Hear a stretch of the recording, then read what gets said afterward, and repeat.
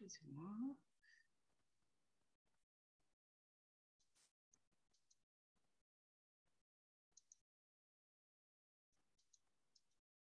Voilà. Donc, en début de saison ou n'importe quel moment de l'année, quand une association, un foyer demande son adhésion à la structure départementale à laquelle il est affilié, il arrive sur cette page. Donc, c'est cette page qui lui dit vous n'avez pas encore demandé votre adhésion au réseau pour cette saison, cliquez pour se rendre sur la page d'adhésion. En sachant qu'au préalable, la fédération départementale, comme je vous l'ai dit il y a 15 jours, elle a bien renseigné les prix de l'adhésion structure, adhérent individuel et avec RC et la carte RC et IA et la carte 8 jours. Voilà. Donc, au préalable, il faut bien que la fédération ait bien renseigné les tarifs, comme je vous l'avais dit. Donc, une fois que le foyer arrive dans la saison, donc il prend l'adhésion, il coche adhésion. L'assurance est automatique, elle est incluse.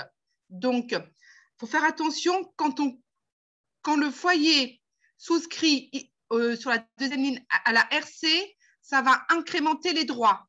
S'il ne coche pas la RC, il ne pourra pas avoir de droit RC ni IA. Donc, cette deuxième souscription à l'assurance, elle est importante pour l'assurance. Si vous cochez non, vous ne pourrez pas avoir de droit avec IA ou sans IA en dessous. Donc, on prend l'assurance RC. S'il y a une adhésion supplémentaire que la fédération souhaite mettre une ou deux ou plusieurs au niveau fédéral ou d'autres options, le foyer peut les cocher. Elles peuvent être obligatoires ou au choix. Ensuite, il commande ses droits avec la responsabilité civile. Voilà, donc voilà. Voilà. Et s'il veut, il peut prendre aussi des cartes sans IA, voilà, au choix. Donc, une fois qu'il a coché toute sa commande, il valide. Voilà.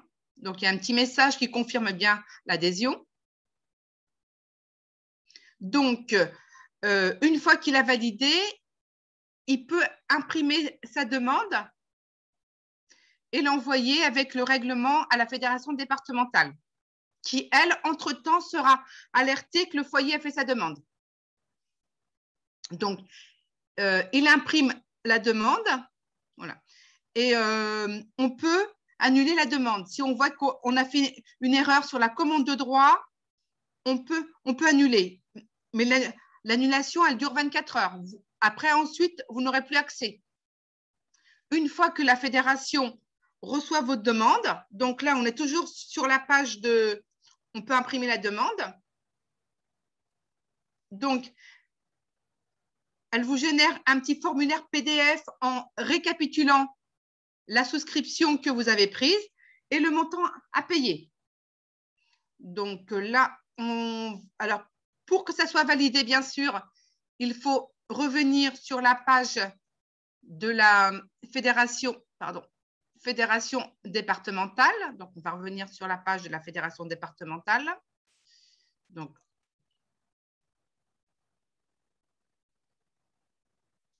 Donc normalement, ici dans liste, on ne va pas le trouver là. Donc commande de carte. Donc, on voit ici, sur la première ligne, c'est toujours la première ligne qui apparaît, qui vous indique l'association qui vient de demander son adhésion. Donc, alors, il faut d'abord valider ici. Donc, vous allez sur liste de vos associations. Donc, non adhérentes, rechercher. Et là, sur la liste, vous voyez que le foyer rural a fait une demande. Donc, il faut cliquer dessus. Et là, c'est les souscriptions, l'adhésion qu'on valide à chaque fois. Donc,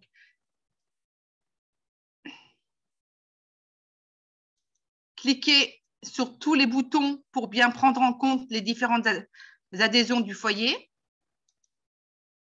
et la commande de droit.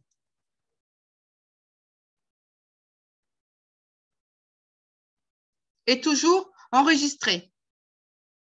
Donc, c'est à partir de là, à ce moment-là, que le foyer peut disposer de son adhésion au réseau et de ses droits. Ensuite, la fédération pourra rentrer le règlement dont on a parlé mardi par rapport à Hello Assos pour ceux qui voudront payer en ligne. Donc, je reviens sur l'espace de... je ne pense pas qu'elle soit là. Non, elle n'est pas là. Donc, je me déconnecte. Je reviens sur la page du foyer.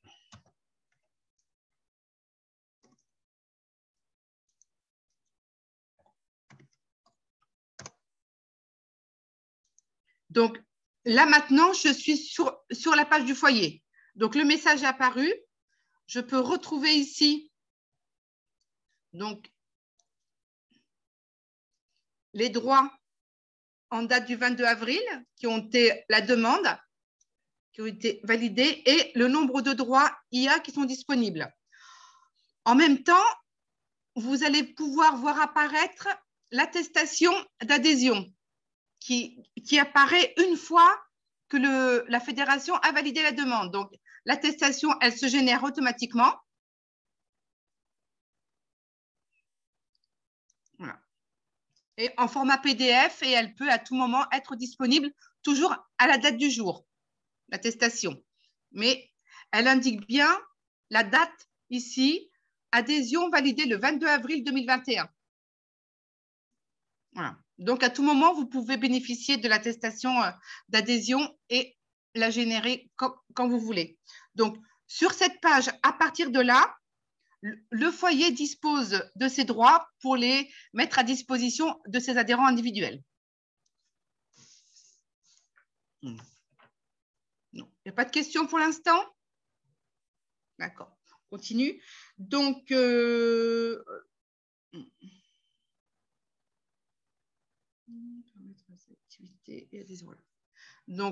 les activités, il peut rentrer ses activités. Voilà, donc il peut en rajouter. Donc, il y a une liste d'activités. Donc, et c'est à ce niveau qu'il va mettre les tarifs pour les différentes activités mises à disposition des adhérents. Donc, toujours avec les différentes catégories, sous-catégories intitulées, les tarifs qu'on peut rajouter comme on veut à chaque fois. Pardon.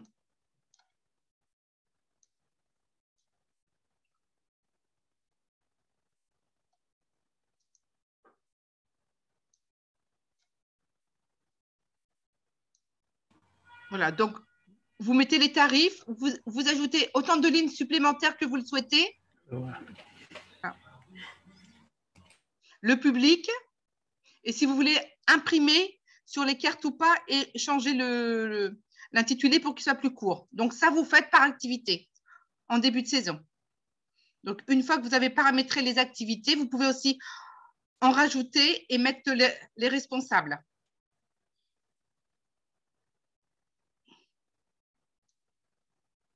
Donc, on va voir pour ajouter les adhérents individuels. Donc, en début de saison, vous pouvez faire soit un renouvellement. Bon, alors là, il se trouve qu'ils ne sont pas très nombreux. Ou soit rajouter un adhérent. Voilà. Donc, quand vous rajoutez un adhérent, un individuel, dans la partie adhésion, vous avez le quota de droits qui vous est en gras, le premier chiffre du solde, le nombre de droits dont vous disposez pour les attribuer. Automatiquement, avec Assurance IA, c'est ce qu'on a commandé. Pour les adhérents qui sont dans un autre foyer ou qui ont la double affiliation, donc, une fois qu'on rentre le nom, le prénom et la date de naissance, il va vous sortir un pop-up en disant « Cet adhérent existe déjà ». Donc, soit on lui donne une carte s'il adhère dans ce foyer, soit on choisit de le faire adhérer dans un autre foyer, le foyer extérieur, en sachant qu'ils sont couverts en RC pour les deux foyers. Il n'y a pas besoin de prendre l'assurance. Il peut prendre que l'adhésion. On a signé en accord avec la SMAC la possibilité que ces adhérents qui sont adhérents extérieurs et dans un autre foyer ou association, ils sont couverts une fois pour toutes les activités. C'était une question qui était souvent revenue pour ceux qui viennent d'un autre foyer. Ils payent que l'activité et une partie de l'adhésion, bien sûr, du foyer. Après, c'est au bon vouloir de chaque structure. Mais l'assurance, qu'ils la prennent dans ce foyer ou l'autre, ils sont couverts. Voilà. Donc, bien renseigné. Donc, si c'est un adhérent qui est déjà inscrit, une fois que vous allez mettre le nom, prénom, date de naissance, il va vous sortir en bas en disant « cet adhérent est déjà inscrit ». Donc, soit vous le gardez en adhérent chez vous, soit il devient adhérent extérieur. Voilà. Donc, les coordonnées, bien mettre les coordonnées, le RGPD qui est obligatoire normalement parce que les informations sont conservées 3 ans et au bout de 3 ans, en accord avec le technicien, le nom, prénom, date de naissance passe en format inconnu, anonyme. Voilà. Donc, une fois qu'on a choisi les activités, donc si on a mis le tarif, donc cocher le tarif pour pouvoir faire rentrer le règlement et faire une attestation de règlement. Donc, il est important de bien, si vous souhaitez utiliser la fonction facturation avec l'attestation, il faut bien paramétrer les montants. Donc, une fois que vous avez mis ça, voilà, normalement, mais je n'avais pas paramétré. Donc, il y a le bouton règlement qui apparaît ici pour entrer le règlement de l'adhérent individuel et ensuite l'attestation. Et pareil, pour l'implication, pardon, pour l'implication en cochant membre du CA et membre du bureau avec la fonction, c'est ce qui va incrémenter plus haut la liste de votre conseil d'administration. C'est à partir de ce module-là et cette partie-là que la liste de votre CA va être visible. Voilà. Alors, toujours responsable d'activité, contact, et puis pour ceux qui vont utiliser Assopratique, bien cocher admin, mais avant de cocher admin, il faut que le mail ici soit renseigné. S'il n'y a pas le mail, vous ne pourrez pas lui donner l'accès à Assopratique en tant que, comment je veux dire, membre de l'asso. Voilà. Donc là, il est bien important de bien renseigner les champs. Et toujours enregistrer.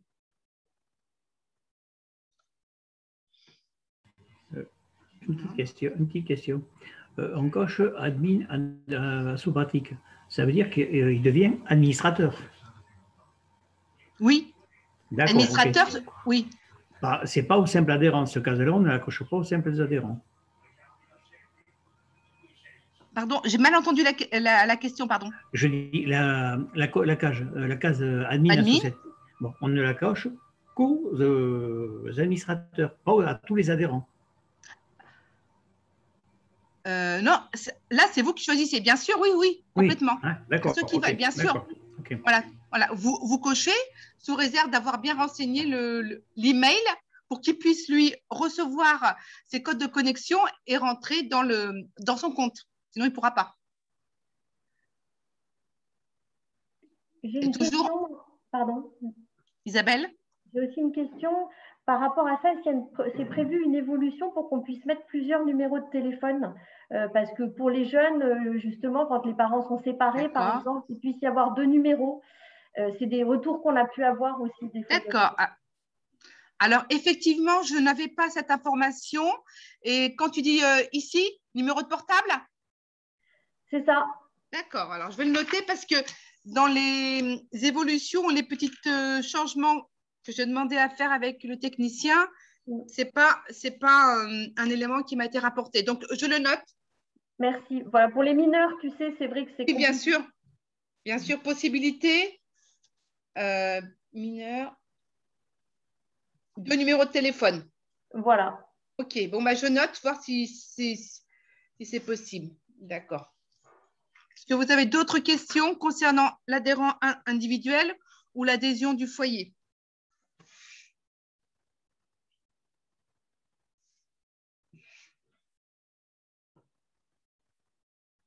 Pas de questions? Bah, super. Alors oui, moi j'avais une question. Du coup, si on fait le code, le chèque en blanc Hello Asso, ça apparaîtrait directement sur le règlement pour pouvoir payer en ligne? Tu parles ici, là, Exact. Exact. Ou sur le foyer? Ici, oui, directement oui, ici. Oui. Ouais. Et du coup, ça va générer un lien que le foyer rural devra envoyer à son adhérent, c'est ça? À son adhérent, oui. Et qui… Alors, justement, c'est la question qu'on a posée mardi pour ceux qui étaient présents. C'était que normalement, le Gestanet est bien géré par un responsable ou un référent du foyer et c'est lui qui va rentrer les informations. Mais après, effectivement, alors après, moi, je n'ai pas encore essayé le paiement par Hello Asso. Donc, je ne sais pas aujourd'hui comment le mail qui va arriver chez la personne, moi, j'étais restée au niveau de la structure du foyer ou de la fédé, qui recevait le lien, qui se connectait et qui payait. Mais pas au niveau de l'adhérent individuel. Je ne sais pas après comment ça fonctionne au niveau… Si Bastien peut répondre. Oui, en fait, si tu veux, tu as soit la possibilité de renseigner paiement chèque, virement, etc. Et à côté, quand tu as renseigné l'URL de paiement, tu as un autre onglet qui dit paiement en ligne et ça envoie un mail directement à l'adhérent. Bon, bien évidemment, vous avez bien compris qu'il fallait un mail dans la fiche. Donc, c'est un mail, on clique sur un lien et on accède au paiement en ligne. Voilà. C'est-à-dire que l'adhérent individuel va recevoir sur sa boîte mail le lien de paiement. Ouais. Le lien de paiement que lui va régler directement. Ouais. Mais ça, il n'a pas besoin d'aller sur Gestanet. Ah non, pas du tout. Là, si tu veux, il y aura deux axes. C'est un premier qui est la gestion de l'association sur la demande de paiement en ligne de l'adhérent. Donc, l'adhérent te demande un paiement en ligne.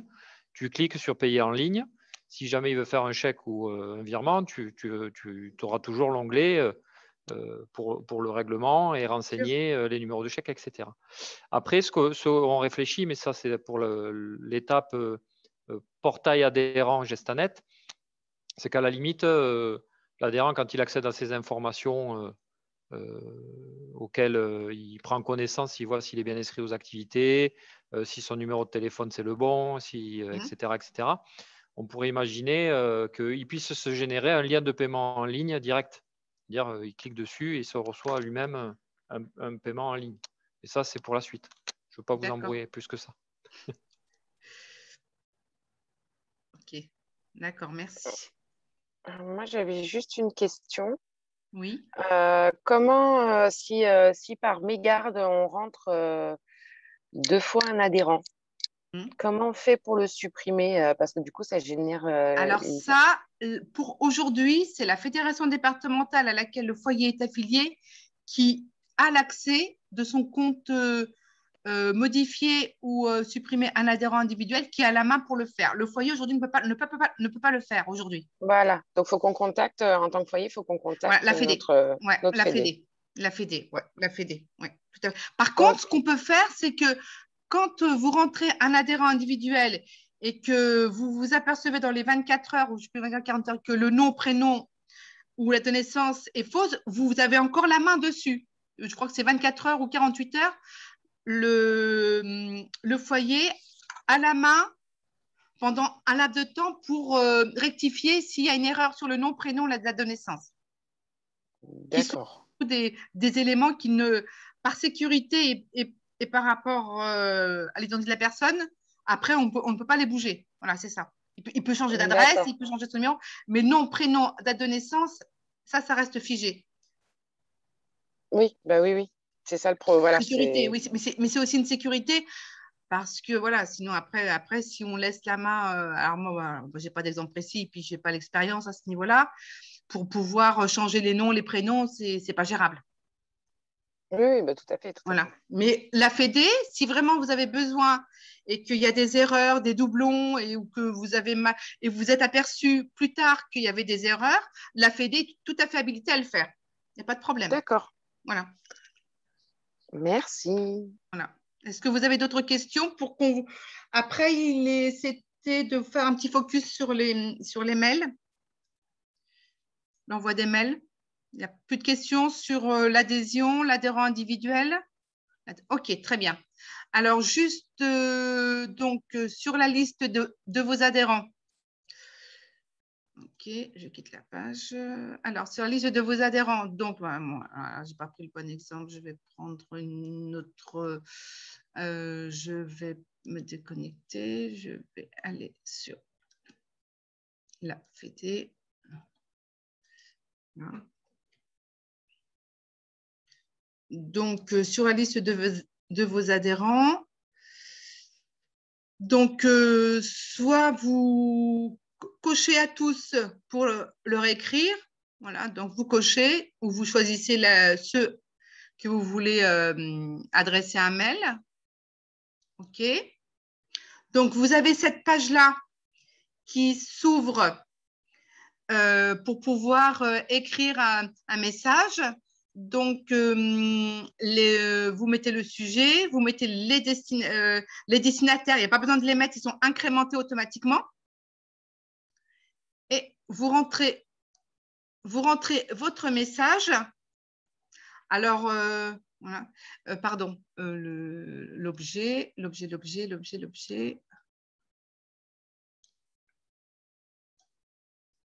Oui, le sujet. Alors, il faut faire attention quand le sujet du message, comme je vous l'ai dit la semaine dernière, il y a 15 jours, pardon, le faire pas de point d'exclamation, de sigles ou de signes qui pourront peut-être faire passer ça par un spam et qui pourraient bloquer, surtout si le nombre d'expéditeurs est important. Moi, j'ai eu au début j'étais interpellée parce que beaucoup de messages n'étaient pas distribués. On n'arrivait pas au destinataire, pardon, parce qu'il y avait un caractère spécial qui empêchait, et surtout si vous envoyez par 200, 300 ou 400 adhérents, comment on appelle ça, les algorithmes, les machines, elles bloquent. Elles considèrent ça comme un spam parce qu'elles considèrent qu'en laps de temps très court, il y a eu un nombre important de mails envoyés et tout de suite, ça blackliste votre adresse mail. Et là, vous ne pouvez plus l'utiliser. Et ce qui est, alors aujourd'hui, malheureusement, avec OVH, on n'a pas d'autre solution que de m'interpeller, que je vous réinitialise votre mot de passe. Voilà. Alors moi, je suis prévenue. On me dit telle adresse mail a été blacklistée parce qu'il y a eu des soupçons de piratage. Et automatiquement, donc, alors, toujours quand la pièce jointe, parce que ce matin, j'étais appelée aussi par rapport aux pièces jointes, essayez de mettre des pièces jointes compressées, réduites, ou toujours ces 5 MO au total. Mais voilà, si vous dépassez, de toute façon, ça ne passera pas et votre mail ne sera pas distribué, il ne sera pas envoyé. Voilà. Donc, après, vous envoyez le mail. Donc, et ensuite, une fois que vous avez envoyé le mail, il y a un petit rapport d'émission qui vous dit lesquels ont reçu, lesquels ont lu, ou pour ceux pour lesquels ça n'a pas été distribué, où il y a eu au niveau des métriques, on appelle ça les métriques, qui disent il y a eu l'adresse n'est pas exactement non distribuée. Alors, ça peut être une boîte pleine, ça peut être une mauvaise adresse, une adresse erronée, mais pour ceux qui sont distribués, il vous met la liste des mails qui ont bien reçu votre message. Est-ce que vous avez des questions sur les mails? Alors, juste aussi, vous précisez que ce petit module qui a été intégré dans Gestanet est un module vraiment, comme je vous l'ai dit, basique. Hein. Ce n'est pas Wanadoo, Gmail ou votre boîte SFR. Hein. Donc, c'est vrai qu'il est à usage vraiment basique. Hein. Ça reste vraiment de la communication, d'information pour les activités. Oui, Gérard? il y a un maximum de destinataires? Aujourd'hui, non, parce que j'ai des gros… Alors, moi qui gère Sendinblue, qui est le logiciel d'envoi de tous les mails depuis Gestanet, je vois des envois en nombre… moi, j'ai eu plusieurs foyers qui ont écrit à tous leurs adhérents en une fois. Non. Bah, au jour d'aujourd'hui, je n'ai pas eu, depuis qu'on a changé le module et qu'on l'a adapté par rapport aux envois en nombre et en quantité importante, je n'ai pas eu de retour me disant que ça n'a pas marché ou l'envoi à tous mes adhérents n'a pas fonctionné. Je n'ai pas eu de retour. Je n'ai pas connaissance. D'accord. Les rejets ne sont pas dus au nombre important de destinataires. Plus maintenant. Plus maintenant. Okay. Il y a 2 ans, 2 ans et demi, effectivement, on avait mis en place, on avait un gros bug, ça passait pas parce que c'était le nombre, effectivement, vous avez raison, le nombre de destinataires était trop volumineux et ça bloquait, la passerelle ne fonctionnait plus pour l'envoi des mails, mais on a résolu le problème. Donc, normalement, moi, au jour d'aujourd'hui, quand on m'interpelle pour des mails qui ne peuvent plus partir ou des problèmes de réception ou d'expédition, et moi, je regarde, je peux suivre tout l'envoi des mails. Et pour l'instant, moi, j'ai pas eu connaissance par rapport à ce genre de situation. Pardon, Jocelyn, qui est à côté de moi, donc qui est un des coprésidents de la Fédé, précisait que, en effet, le logo apparaît et c'est important de mettre le logo de la structure au départ parce que comme ça, il apparaît sur le mail. Alors, tu as parfaitement raison. Alors, juste, alors attends, je ferme ça. Alors, effectivement, tu as raison. Donc, il suffit d'aller toujours dans le pavé orange qui concerne les paramétrages de votre structure et les différentes informations que vous pouvez vous modifier, rajouter et mettre à jour, surtout mettre à jour. Donc, dans vos préférences email HTML, vous avez ici, comme je vous l'ai mis, la possibilité de mettre le logo que vous avez mis dans Info la structure, l'adresse, le nom et pareil en pied de page, soit en pied de page, soit en en-tête. Et vous pouvez ensuite cliquer ici pour visualiser le mail, comment il apparaîtra. Mais effectivement, il vaut mieux mettre le mail et l'adresse. Hein. Vous avez la possibilité de le faire parce que ce sont les informations qui existent déjà sur votre compte, qui vont être reprises. En sachant aussi que pour votre info, vous l'avez dit aussi, c'est que toutes les informations que vous mettez dans Information de la structure ici, que vous mettez à jour et que vous incrémentez, elles apparaissent aussi sur Assure Option pour l'attestation RC locative et l'attestation d'adhésion. Donc, toujours important, le logo, la signature pour les attestations et toutes les informations qui sont là, elles vont être reprises. Elles sont reprises automatiquement, d'où la nécessité qu'elles soient le plus à jour possible.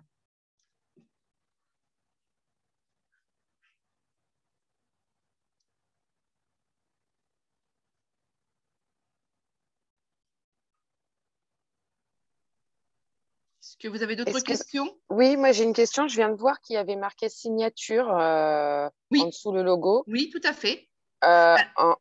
En tant que foyer, on peut avoir une signature Ah, bien sûr. Alors, en tant que foyer, alors attends, là, excuse-moi, je suis sur la Fédé. Alors, attends, j'ai un doute, excuse-moi, parce que… Alors, attends, je vais te dire ça. Là, pardon, tu as raison, j'étais sur…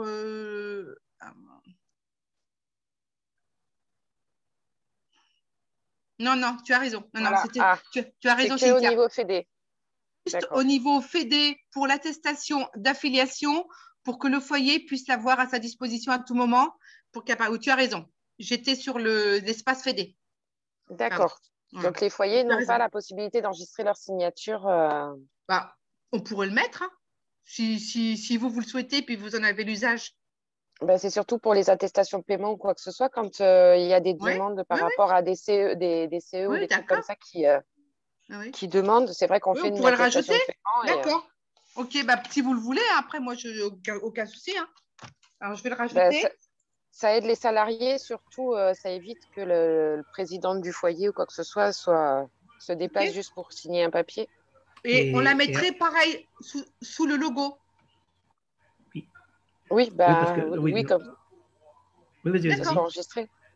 Oui, parce que notamment, nous, on a des personnes qui sont dites sous tutelle et chaque fois, il nous faut l'attestation avec la signature de la présidente.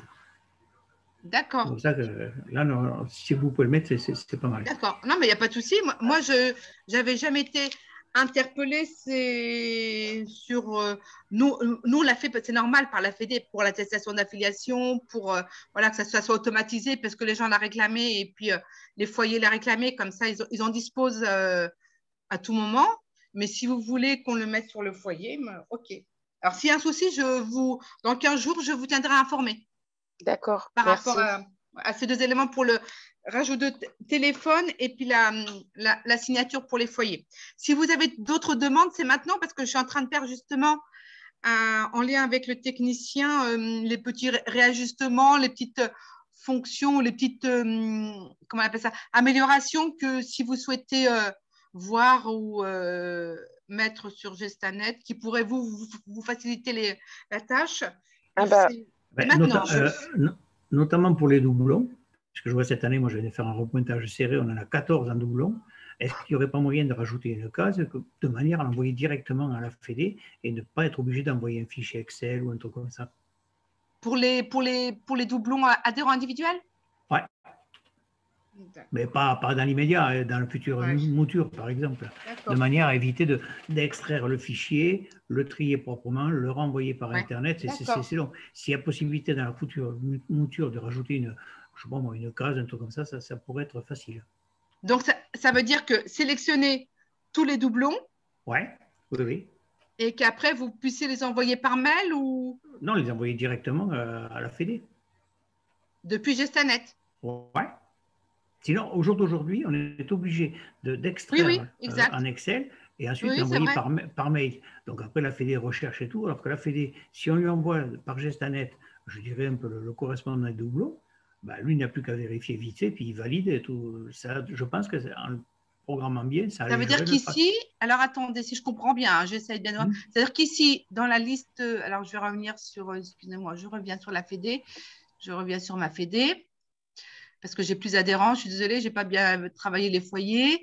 Sur la liste des adhérents individuels, ici, dans la liste des adhérents individuels, on est d'accord, hein, c'est bien sur cette page. Donc là, par exemple, j'ai 3 coques, c'est bon, c'est le même. Hein. Donc là, ça veut dire que je cocherai s'ils avaient le même prénom. Et ici, je pourrais envoyer un mail. Voilà, on fait à la rigueur extraire les doublons et une fois qu'on a casé la case ici affichée, il y a marqué extraire, on fait OK, ça part à la Fédé. D'accord. Et est-ce que ça… En amont de ça, est-ce que ça ne serait pas plus simple que quand on saisit une fiche, qu'on a mis le nom, le prénom et la date de naissance, Gestanet nous dise attention, vous avez déjà ce nom-là dans votre base. Ah, ça serait une bonne chose aussi, ça serait mieux. Je vais les faire remonter à la Fédé, comme ça on court de suite. J'ai pas entendu, excusez-moi, je ne sais pas qui parle, j'ai pas entendu, pardon. C'est Jocelyn donc, qui parle, il disait est-ce que ce ne serait pas plus simple que quand il y a un doublon, eh bien, à la saisie de la fiche, que ça le signale. Comment ça le signale comment, pardon? Ça le signale comment? Eh bien, on met nom, prénom, on va pour valider. Ça nous dit vous ne pouvez pas créer ce nouvel adhérent. Il existe. Attention, vous avez déjà une personne. Ça existe. Mais ça existe, ça? Oui. Voilà. Mais ça existe, par exemple. Alors, attends, je vais te prendre un exemple. Alors, attends, regarde, je vais te prendre un exemple. Voilà, regarde. Alors là, je vais prendre un exemple. Là, je vais prendre… je rajoute un adhérent. Alors, attends, je n'ai pas pris la date de naissance, bien sûr. Je vais prendre la date de naissance. Je rajoute… date de naissance… 12 1 68 12 1 68 12 1 68. Voilà. Donc, je rajoute un adhérent. Donc, voilà, qui existe déjà. Et en rajoutant la date, voilà. Là, il me dit, il existe déjà 2 adhérents dans votre association avec ce nom. Il le met. Ouais. Il le met. Dès que tu rentres le nom, prénom, il le met. Donc, du coup, comment ça se fait qu'il y ait tant de doublons qui soient possibles alors? Eh bien, je sais pas. Parce que normalement, dès que tu mets le nom, prénom identique, lui, il te dit. J'ai même pas mis la date de naissance. En mettant le nom, prénom, il m'a sorti ça, regarde. Mais ça peut arriver quand on a une nouvelle salariée qui ne connaît pas Gestanet. Peut-être qu'elle a fermé. Peut-être qu'elle a fermé la fenêtre. Voilà, c'est ce qui nous est arrivé. Okay. Exactement. Parce que normalement, dès que tu mets le nom, prénom identique, il te sort la fenêtre en disant dans votre foyer. Peut-être, Nadia, est-ce que s'il y a une question de majuscule ou minuscule, peut-être, ça ne le reconnaîtrait pas? Non? Ça le prend quand même? Ok. Alors, attends, non, parce que peut-être c'est ça, taper Nicolas en minuscule, il le reconnaît pas. Oui, tu as raison, je vais voir, je vais voir. Hein. Ouais, tu as raison, ouais. Non, il le fait quand même. Hein. Il le fait quand même. Comment ils ont fait? Ouais, mais ça existe. C'était prévu depuis le début, hein, on a fait ça. Et si on fait fermer, qu'on continue et qu'on enregistre, ah bah oui, bah, si tu peux continuer. Hein. Effectivement, une fois que tu fermes le pop-up, tu continues. Hein. Après, tu continues, tu rentres qui tu veux. Parce que ma salariée, c'est ce qu'elle a fait. Elle ne connaissait pas et elle a fait quand même. Et oui, donc je ne sais pas pourquoi ça s'affiche. Et basta, quoi. Mais après, elle n'a jamais eu de formation Gestanet. Donc voilà. C'était tout nouveau pour elle. Oui, mais si tu ne fais pas attention à la fenêtre, et puis ça nous arrive tous, partout, à tout moment, on ferme, on ne lit même pas, puis on ferme. Hein. Mais ça arrive souvent. Hein. Et est-ce que du coup, ce ne serait pas possible de bloquer en fait la possibilité de fermer et de continuer et de rajouter un message en rouge en disant contactez votre fédération ou j'en sais rien, pour que la personne elle puisse avoir l'information et en sachant qu'elle ne peut pas rentrer la personne? D'accord. Au nom, prénom, date de naissance, pour les trois. Le nom, prénom, il y en a des homonymes. Hein. Homonyme, nom et prénom, il y en a. Hein.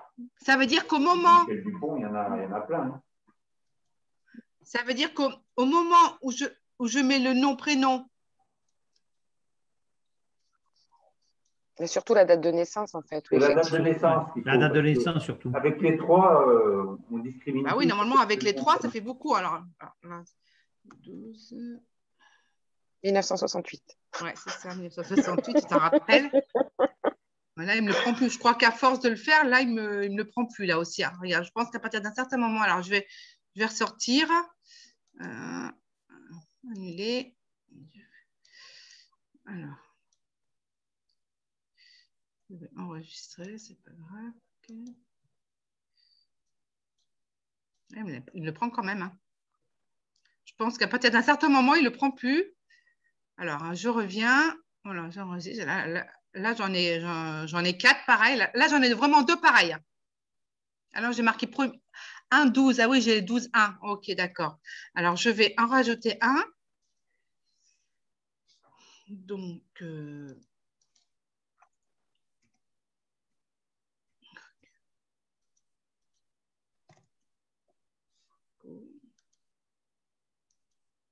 bon. Donc, ça veut dire, au moment où s'ouvre cette fenêtre, c'est ça? Vous voulez quoi alors? Je n'ai pas compris. Vous voulez quoi d'autre? C'est surtout au moment de la date de naissance, en fin de compte, il faudrait que la fenêtre elle s'ouvre en disant qu'il y a quelqu'un qui a le même nom, prénom, date de naissance et qu'on puisse pas aller plus loin. Oui, mais là, par exemple, comme je me suis trompée sur la date de naissance, au lieu de faire 1, 12, j'ai fait 12, 1. Il me l'a quand même enregistré. Donc, peut-être, alors, ou peut-être, au moment où cette fenêtre s'affiche, refaire fermer et confirmer. Non? Je ne sais pas. Ben, il n'y aurait même pas, ce qu'il faudrait, c'est même mettre, au lieu de mettre ignorer, c'est de mettre, enfin, je ne sais pas, de mettre, veuillez contacter votre fédération ou quelque chose comme ça pour éviter les doublons, quoi. Et donc, ça voudrait dire qu'on n'aurait plus la main derrière, on pourrait quand même continuer s'il y a des homonymes. Ben, il faudrait qu'on n'ait plus la main parce que du coup, ça génère des cartes d'adhérents qu'il n'y a pas, qui sont inutiles en fait. Alors, je suis en train de réfléchir. Alors, ce qui me gêne… Là, on a généré pour une seule personne 4 cartes d'adhérents, quoi. Qui vont être annulées après. Exact. Donc, ça fausse vraiment les statistiques de tout, au niveau des adhésions, de tout ça, des commandes de cartes et tout. Donc, peut-être possibilité d'être bloqué, comme il disait, oui, d'être bloqué en disant veuillez vérifier. Alors, que juste bien, avec, mais à condition que les 3 paramètres nom, prénom, date de naissance soient identiques. Oui. D'accord. Avec les 3 paramètres. Oui, parce qu'il peut y avoir des gens qui ont les mêmes noms, prénoms, oui, qui vivent pas, mais qui n'ont pas forcément la même date de naissance. D'accord. Mais une fois, si c'est renseigné nom, prénom, date de naissance identique, on bloque. Oui, bah oui. Il faut que je vois avec le technicien. Pour éviter justement de créer des doublons qui… Bien sûr. Bien sûr, parce que là, nom, prénom, date de naissance, là, c'est une erreur, automatiquement. C'est une erreur. Oui. C'est pas normal. Comme outil d'alerte. Pour moi, ça me paraît suffisant comme outil d'alerte, hein, parce qu'après ça, on reprend ses fiches d'adhésion, on vérifie et on se dit oui, je l'ai saisi 2 fois, ou alors c'est un homonyme, mais ils n'ont pas la même date de naissance, mais ils n'habitent pas au même endroit et je valide. Mais on est quand même assez grand pour faire son autocorrection à partir de ce message-là, je pense. Donc, tu penses, Jocelyn, à partir du nom-prénom? Non, nom, prénom, date de naissance. Parce que des homonymes, nom, prénom, des Michel Dupont, on en a partout. Mais après, avec la date de naissance, bon, les 3, la probabilité, elle est faible quand même. Hein. Donc, ça veut dire que si on renseigne le nom, prénom, date de naissance déjà à l'identique et qui existe déjà en tant qu'adhérent, c'est bloqué. Bah, c'est bloqué ou c'est pas forcément bloquant, mais il faut que je vois avec le technicien. Là, je fais une connerie, quoi. D'accord. Après, je pense qu'on est assez grand pour se dire, se prendre en main, se dire, je ne laisse pas passer ça. Après, oui, peut-être effectivement bloquer et mettre un truc de validation, c'est-à-dire que veuillez vous renseigner correctement et tout ça avant de continuer. Cocher comme quoi vous êtes certain de ce que vous voulez faire, quoi. Voilà, ou peut-être vérifier vos fiches d'inscription. Voilà. Vérifier ou peut-être. Alors, bloquer, ce qui est gênant dans bloquer, c'est que si ça bloque, ça bloque. C'est ça, j'ai peur que si ça bloque, parce qu'on a déjà testé pour d'autres formats, si l'AG n'était pas renseigné, il ne pouvait même pas adhérer déjà. Donc, voilà.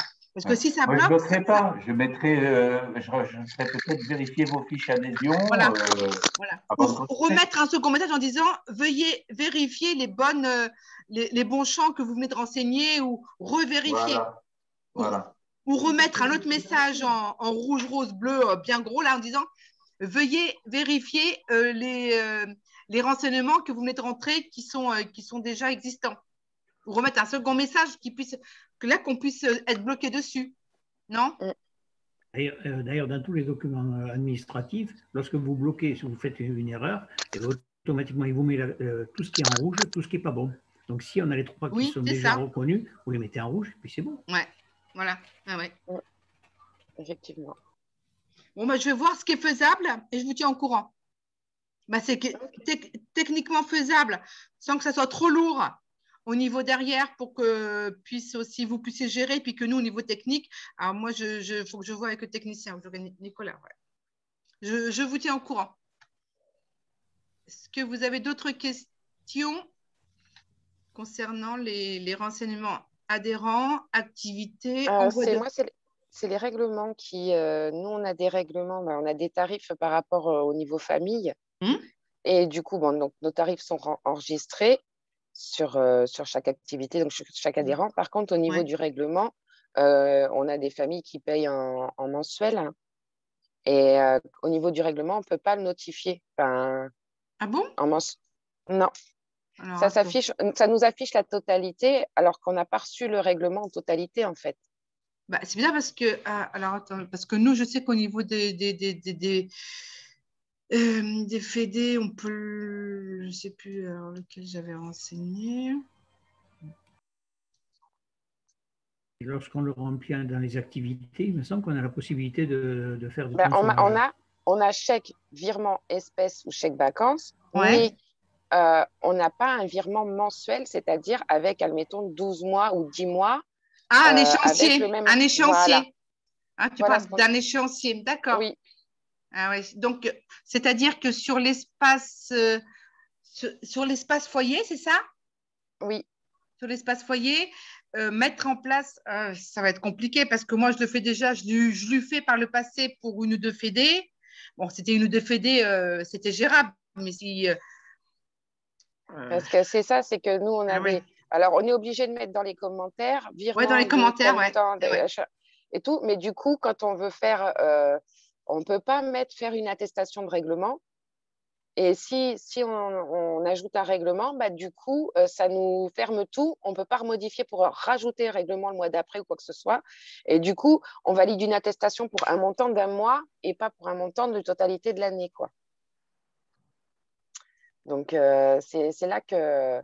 Vous en avez beaucoup d'adhérents qui payent mensualisé. Oui.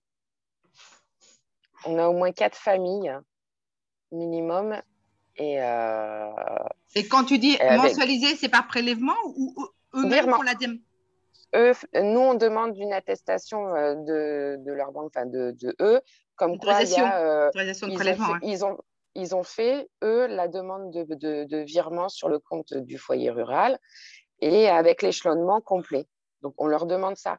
Sauf que nous, on ne peut pas, nous, quand on rentre un règlement, ça ne correspond pas à ce que nous, on a sélectionné, tarif famille et tout ça. Et du coup, au lieu de d'avoir l'année, alors même si on a le règlement, admettons le premier mois, le deuxième mois, si on ajoute le règlement, on se retrouve à ne plus pouvoir avoir la main dessus et on peut juste générer l'attestation en fait. Ah ouais, donc, attends, alors ça voudrait dire, j'essaye de prendre un exemple concret, je ne sais plus où j'avais mis des tarifs. Donc, ça veut dire ici, bon, là j'ai un modèle d'adhérent individuel, je suis bien sur un foyer. Donc, ça veut dire qu'ici, ajouter un règlement. Donc, on est bien là. Donc, ça veut dire que, ça veut dire qu'ici, en dessous, oui. Donc, si on rajoute le paramétrage mensualisation, que ça incrémente un échéancier sur toi, tu choisis 10 mois, 6 mois, 8 mois, ce que tu veux. Oui, voilà. Et puis que ça apparaisse ici, je ne sais pas où, après, à gauche. Au moment du règlement, que ça apparaisse avec l'échéancier, c'est-à-dire que ceux qui ont un échéancier ne nous valident pas, en fin de compte, le règlement total.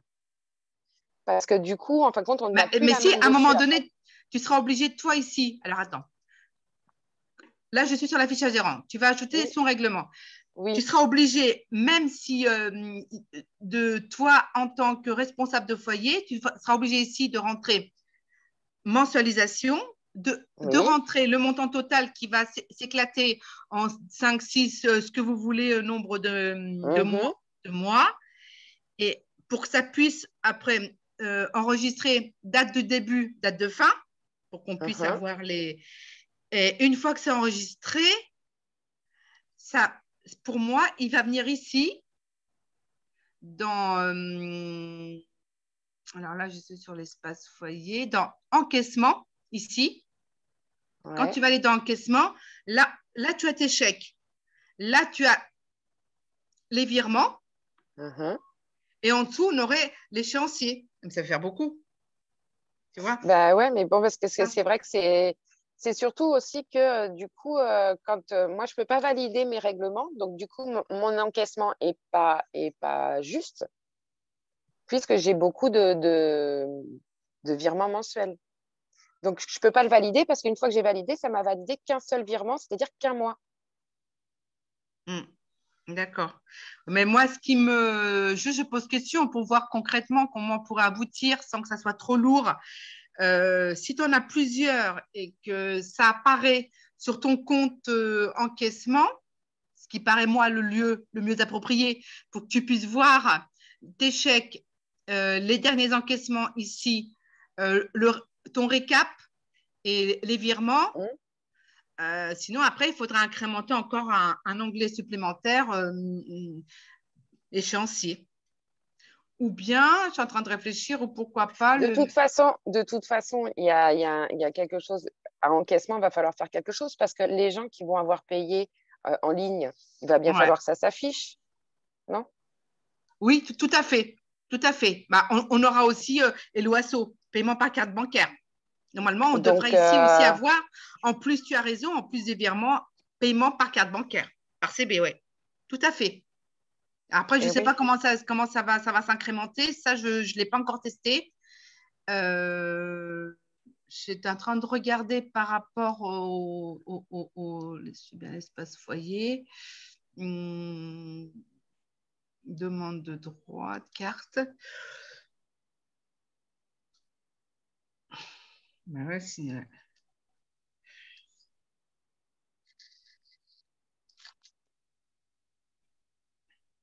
non, je ne vois pas d'autres endroits.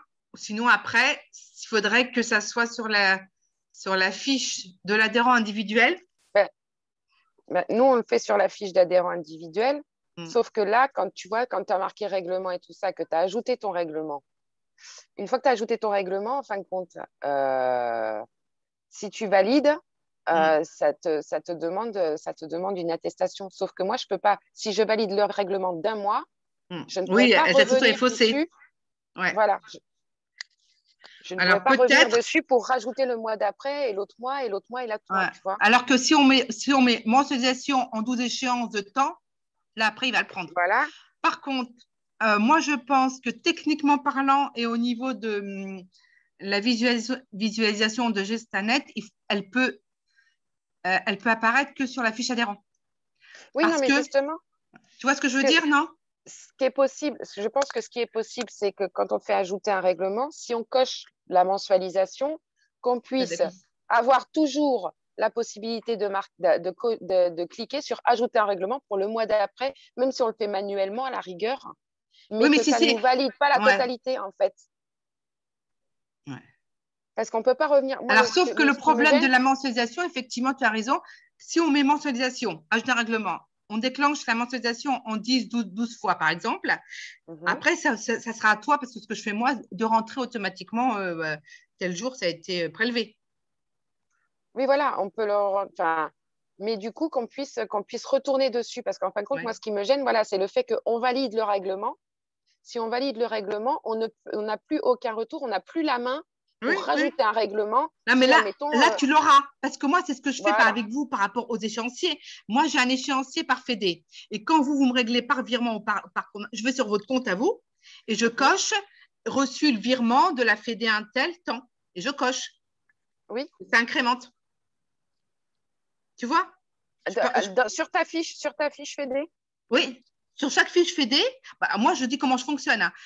Moi, j'ai un échéancier par fédé qui prennent des droits. J'ai un échéancier 10 ou 5 chacune.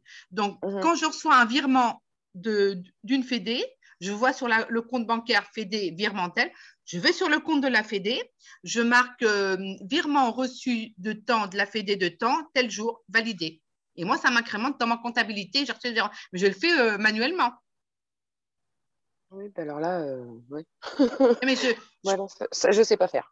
Voilà. Mais toi, par rapport à tes adhérents individuels, on n'a pas d'autre choix que ici ou à gauche de la place, après on verra, d'enclencher mensualisation, le nombre de mois et qui va incrémenter automatiquement, qui va diviser par 5, 6, 7 le montant, il va te créer un échéancier. Et toi, il faudra que tu viennes dessus ici.